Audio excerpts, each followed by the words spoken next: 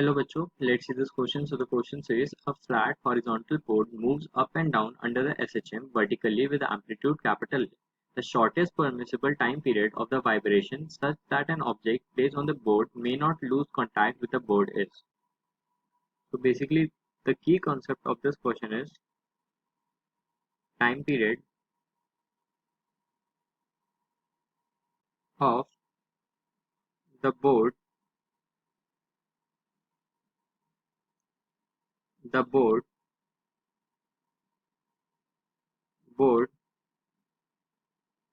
such that object kept on it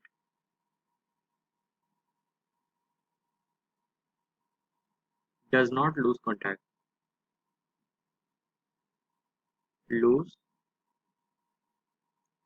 with it.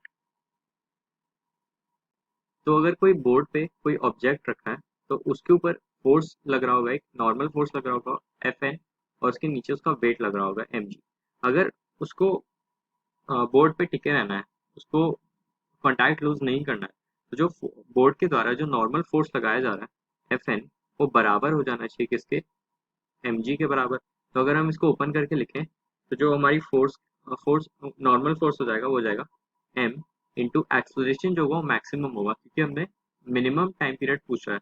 तो acceleration होगा जो हमारा मैक्सिमम होगा, A max is equal to M into G. तो यहाँ से m से m कैंसिल, और जो एस एच एम के केस में जो एक्सलेशन की वैल्यू होती है, मैक्सिमम एक्सलेशन, वो होती है ओमेगा स्क्वायर इंटू ए. तो यहाँ से ए मैक्स आ गया omega square into amplitude is equal to G. तो यहाँ से जो हमारी ओमेगा स्क्वायर की जो वैल्यू आएगी वो आ जाएगी जी अपॉन ए.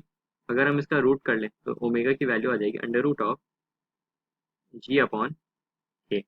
और जो हमारे टाइम पीरियड होता है 2 पाई अपॉन ओमेगा. तो यहाँ से अगर ओमेगा की वैल्यू यहाँ पर पुट कर दें तो जो हमारी टाइम पीरियड की वैल्यू आ जाएगी वो आ जाएगी 2 pi under root of a upon g. So the final answer is option B. Hope you understood it well. Best of luck.